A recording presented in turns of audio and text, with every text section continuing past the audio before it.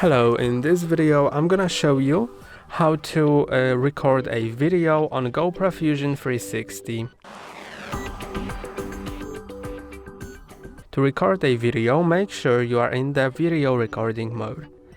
You should see this video camera right here, and if you don't, then click on this button right here until you switch to the video mode.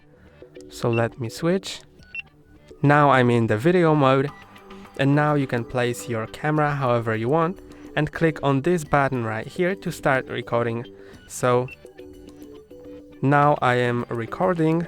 After this light starts blinking, I'm recording. So it should record the 360 video just like that. And to finish the video, click on this button again. And now the video is saved on your SD cards and you can view it in the app or by connecting your GoPro to a computer. And that's all for today. Don't forget to like and subscribe. See you next time.